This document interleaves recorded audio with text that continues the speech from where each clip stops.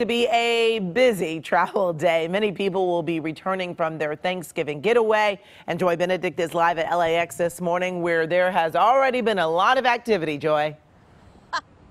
Yeah, can you stay busy? Because that's exactly what you're going to be dealing with if you have to come down here to LAX to either pick someone up, drop someone off, or go home, or one way or the other, right? Take a look at this traffic here behind me. It is pretty packed. It is only 7 o'clock in the morning on a Sunday for that matter, and it really looks more like 8 a.m. on a Monday. But take a look at our LAX cam. It gives you a better view of just the bottlenecking that's going on as folks are trying to enter the horseshoe here at LAX. But nonetheless, you know it has been a busy weekend all weekend long. We've been showing you video since early last week.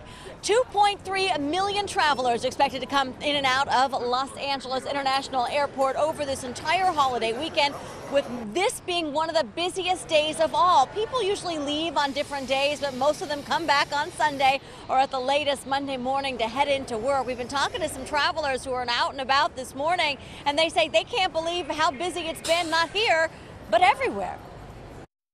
It's just a lot of people, like a lot of people in the terminal, and my flight was at 4 in the morning, so I expected it to be nobody, but there's a lot of people. LAX is always a little bit difficult to navigate, but we made it through.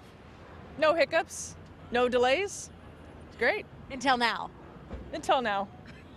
Yeah, the Lyft driver is a little slow.